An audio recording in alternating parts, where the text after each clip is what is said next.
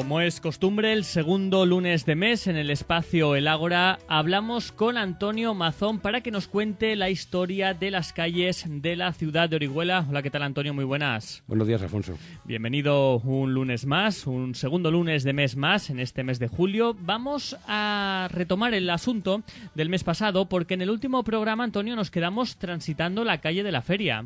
Así es, y en ello seguiremos hoy. Pues cuando quieras, Antonio. Pues muy bien. Partiendo de la calle Capitán Grifol en dirección a la catedral, lo primero que encontramos a la izquierda es el callejón escalonado que lleva el título de Calle Rosa. Curioso nombre. ¿De dónde viene? No tengo ni idea. Aunque parezca extraño, me resultan a veces más complicados los nombres recientes que los antiguos. No he conseguido encontrar el motivo por el que la llamaron así.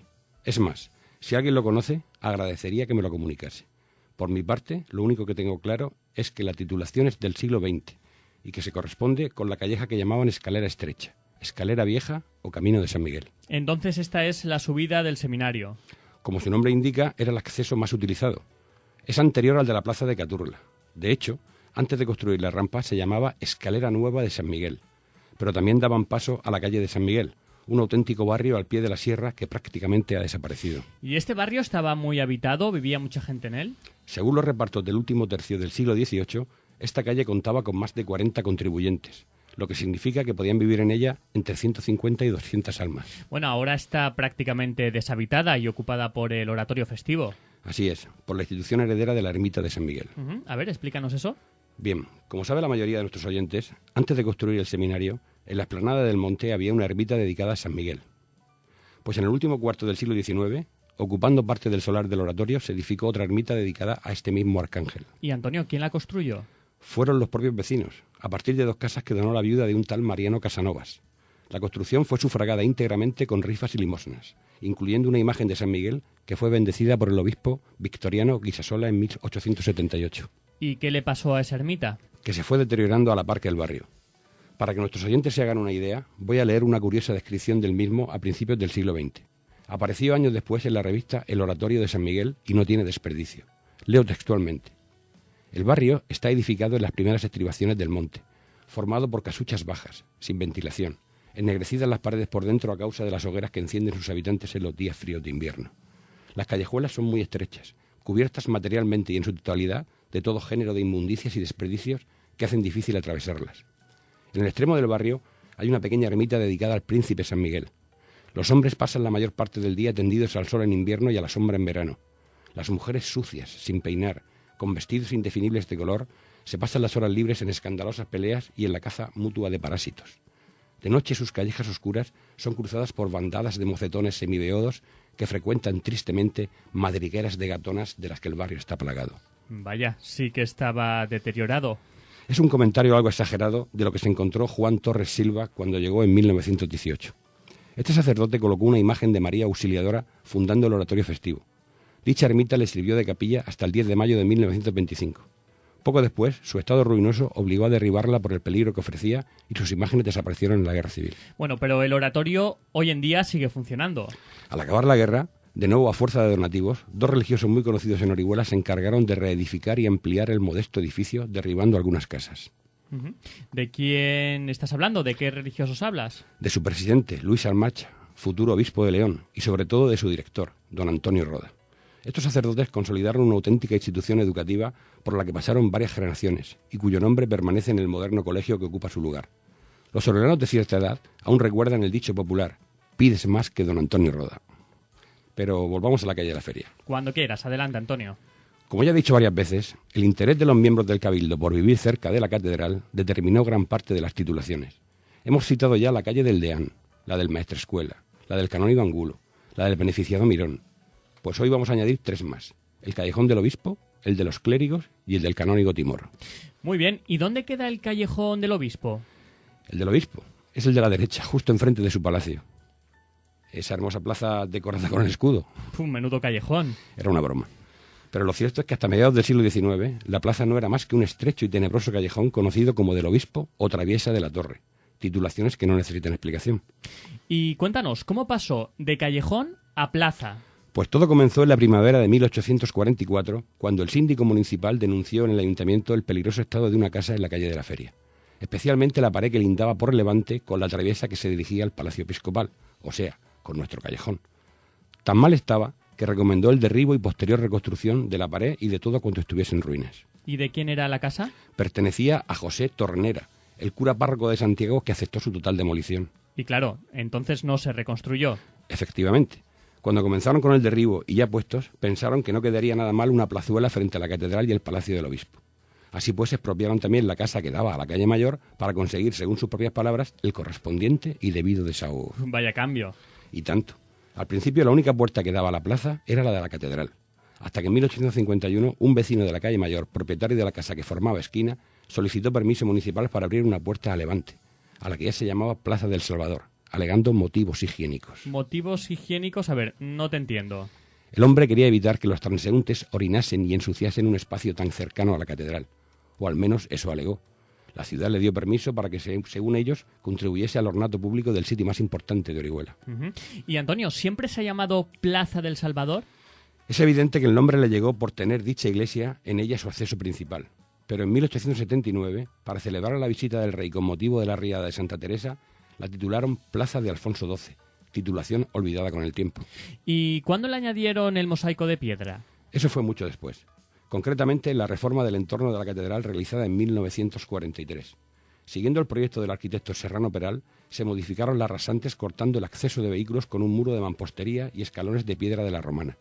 Para completar la obra se pavimentó con un hermoso escudo de Orihuela realizado en canto rodado, formando, según sus palabras, un sitio de reposo, una artística alfombra puesta a los pies de la catedral y a la puerta del palacio. Muy bien, Antonio. ¿Y por dónde seguimos ahora? Vamos a hablar de otra plazuela, de la que queda al costado de la catedral, junto a su puerta norte o de los Perdones. Su nombre, Plaza de la Anunciación, deriva del misterio mariano representado sobre el arco de la portada renacentista. Aunque algunos escribanos la llamaban Plazuela de la Puerta de los Perdones, anteriormente se llamó Plazuela de los Maza, porque fue retranqueada en la primera mitad del siglo XVII por Martín Maza, el mismo que emprendió un pleito con el cabildo porque no lo dejaban sacar puerta a la calle de la Feria. Hasta entonces era tan estrecha como el resto de la calle. A mediados del 18, la casa perteneció a Pedro Maza, titular de una calle junto a la Plaza Nueva, y según los lindes de las escrituras, estaba situada junto a la calle de los Clérigos. Y Antonio, ¿dónde está esa calle de los Clérigos? Deja que te explique. La plaza fue retranqueada de nuevo cuando en el último cuarto del siglo XX se levantó el edificio que permanece en la actualidad. Para ello, derribaron dos preciosas casas de finales del XIX que pertenecieron a la familia Cecchini y al médico Eusebio Escolano. En la última remodelación de la plazuela incluyeron una estatua en recuerdo de don Antonio Roda, canónigo de la catedral, concejal honorario, arcipreste e hijo predilecto, que falleció el 26 de marzo de 1984. Pero sigo sin saber dónde está el callejón de los Clérigos. Sencillamente desapareció. Su espacio está ocupado en parte por la plaza y el resto es actualmente la entrada a una vivienda. Hasta entonces fue un callejón que subía de la calle de la Feria hacia la Peña. En él vivía, por poner un ejemplo, el canónigo José Maestre. ¿De qué calle hablamos ahora? De la de Timor, del doctor Timor, de Juan Timor o del canónigo Timor, pues de todas estas formas la ha encontrado en el siglo XVIII. ¿Quién era este señor? Juan Timor de Cabrero y Martínez Martel, canónigo de la catedral, familiar y comisario del Santo Oficio de la Inquisición en la ciudad de Murcia. Y evidentemente vivía en ella. Evidentemente. Su casa pasó a formar parte del Palacio de Portillo y sus corrales, que salían a la calle de Comedias, se convirtieron en patio y jardín del mismo. Su lugar lo ocupa en la actualidad el almacén trasero de la Caja Rural Central. ¿Sabemos algún nombre anterior? Un par de ellos. Calle de Don Pablo, por Don Pablo Rocamora, y calle del Capitán Limiñana, dos distinguidos habitantes que por un tiempo la titularon. Hubo algún otro famoso vecino que no dejó la impronta de su nombre, por ejemplo, el canónigo Marcelo Mirabete.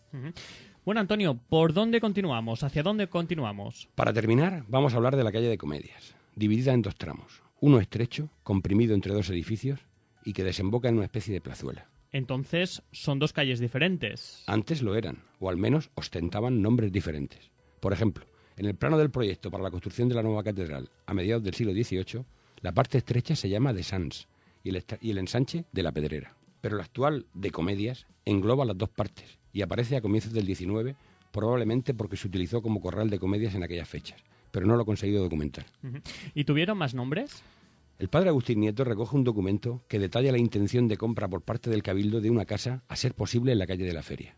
Se la compran a Rita Albadalejo, en la calle llamada de Rosell, luego de Las Brujas y ahora de Sans o Matías. ¿Todos estos nombres son de esta calle? Como otras muchas, fue adoptando en cada momento el nombre de su morador más ilustre. El título de Rosell, utilizado a comienzos del siglo XVII, tiene su explicación en las casas que flanquean el acceso, pues ambas pertenecían al mayorazgo de Benejúzar. El apellido de Rosell ostenta el título de dicho señorío y su escudo fue adoptado por dicha localidad.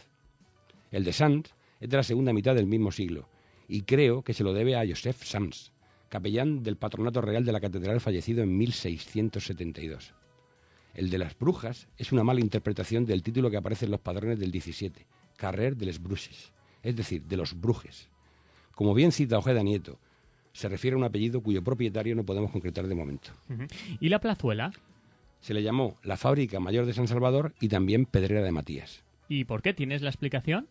El primer nombre se lo debe al granero o fábrica de la catedral, que estaba instalado en un edificio cercano, concretamente en el solar que albergó la Caja de Ahorros y la Fundación Miguel Hernández. ¿Y el segundo, el de Pedrera de Matías? Por un gran corte que se le hizo a la peña para extraer piedra. Pero no era la única. Al fondo, a la izquierda, existía una callejuela actualmente cegada, llamada también Pedrera de Viol. Daba paso a la calle de Timor y en ella vivió Matías Alonso, el de la Pedrera de Matías. En el hueco que se fue haciendo a base de extraer piedra, se edificó una preciosa casa que en 1763 pertenecía a Joaquín Rodríguez Munera, contador de la ciudad, que la cedió, recién construida, a la Congregación de Nuestra Señora de la Caridad, con opción de compra para que se instalase en ella un hospital segregado del de San Juan de Dios. Pero su estancia fue breve. Al no llegar a un acuerdo económico, se trasladaron al Barrio Nuevo y allí se emplazó el llamado Hospital de la Caridad. Pero ahora allí hay un albergue. Esa es la nota más curiosa. La casa de Rodríguez Munera, conocida a partir del siglo XIX como Casa Carrió, por su propietario, el médico Juan Carrió Grifol, fue restaurada en el año 2007 para que 2 siglos y medio después albergase de nuevo una Casa de la Caridad. Y con esto nos despedimos hasta el mes que viene. Muy bien, Antonio Mazón, pues muy interesante, como siempre, este recorrido histórico que hacemos por las calles de la ciudad de Orihuela. Hasta el mes que viene, en otro espacio del Ágora, te esperamos. Antonio, muchas gracias. Gracias a ti, Alfonso.